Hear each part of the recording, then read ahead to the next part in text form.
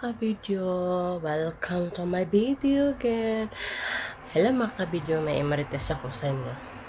Marites. Marites. Anyway, mag-start na ako. Alam mo ba yung gusto mong magtrabaho outside our country, especially yung Middle East? Lagi natin dinadasal yung sana yung amo ko mabait, yung ganyan, hindi tayo binabugbog, yung ganun, alam nyo na. Pero, mga kabidyo, diferensya lang po talaga yung nangangamuhan ka at nagtatrabaho ka sa labas, okay? So, sinabi ko na kumbaga, yung trabaho mo, helper, at saka yung may skills ka, okay?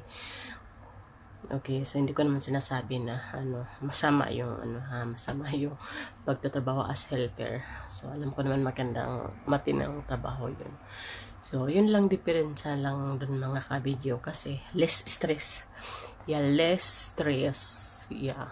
Oh my God.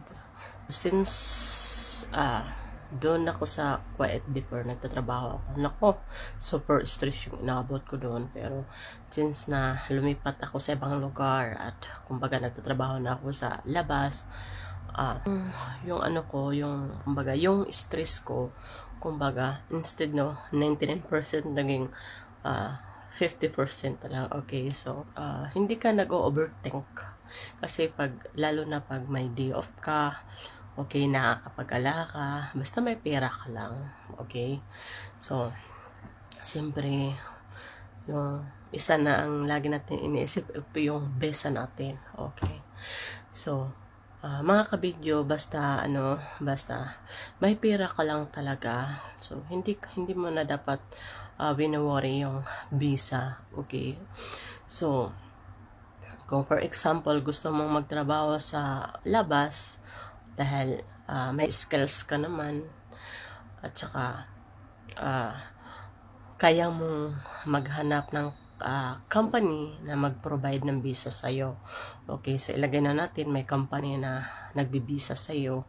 So, yung amo mo doon, hindi mo nagustuhan yung ugali. Okay, so siyempre, ang isip mo doon, gusto mong mag-design kasi nakakapagod, ganyan. So, magagawa mo pala yun, no? Magagawa mo pala yun. Okay? Kasi, for example, dahil ayaw mo na pumasok, dahil ayaw mo na sama mo, tas sabihin mo ayaw mo na, so siyempre, inalala mo yung visa mo, dahil yung amo mo, baka i-cancel yung visa mo. So, which is hindi naman pala nakaka-worry ang ganun mga kabidyo, no? So, kumbaga, kung ayaw mo nang pumasok, pwede ka naman magbigay ng resignation letter. Basta makikipag-communicate ka lang ng maayos dun sa amo mo. At yun, gustin sa amo mo na, sige, pero ika-cancel namin yung visa mo, ganyan.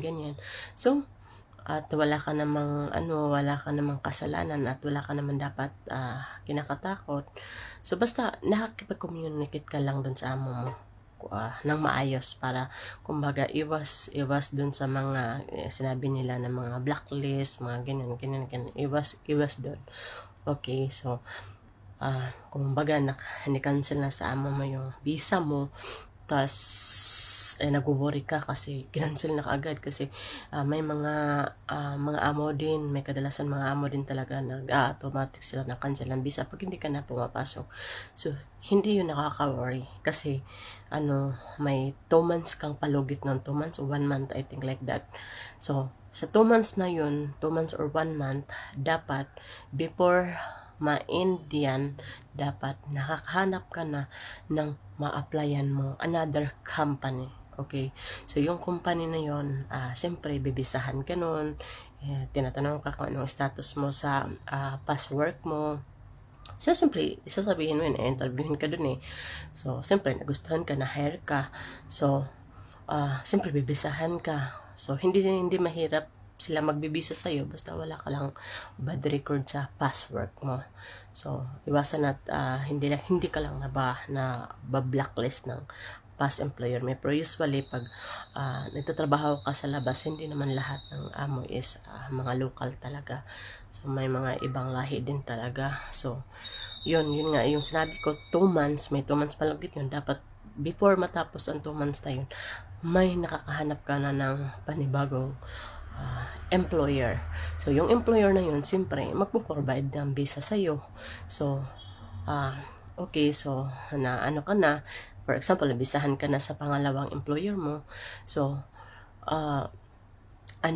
so, yun, pag nagustuhan mo yun, pwede ka naman natili dun. Kung hindi mo naman nagustuhan dun sa pangalawang employer mo, depende na yun sa'yo kung mag-resign ka. Basta, ang masasabi ko lang, may pera ka lang. Dahil kung may pera ka lang talaga, magalaw mo lahat, hindi ka matatakot, yung ganyan-ganyan sa sitwasyon ng baka ma-overstay ka, bla bla, yung mga negative na mga iniisip natin about sa visa natin, may iwasan mangyayari, basta may pera lang. Okay, so yun lang. Dapat lang talaga hindi lang talaga natin iralin yung takot. Dahil yung takot talaga isa yun nakaka-stress. Enjoy lang natin yung buhay ganun. Yun lang. So, yun lang yung na-experience ko dito. So, maganda lang talaga dito. May skills ka, tapos hindi ka natatakot. Yung bang pag nasanay ka lang talaga magtrabaho sa labas ka, less stress, at saka yung parang namumuhay ka lang parang sa Pinas lang. Yun lang mga ka-video. Thanks for watching. Bye-bye!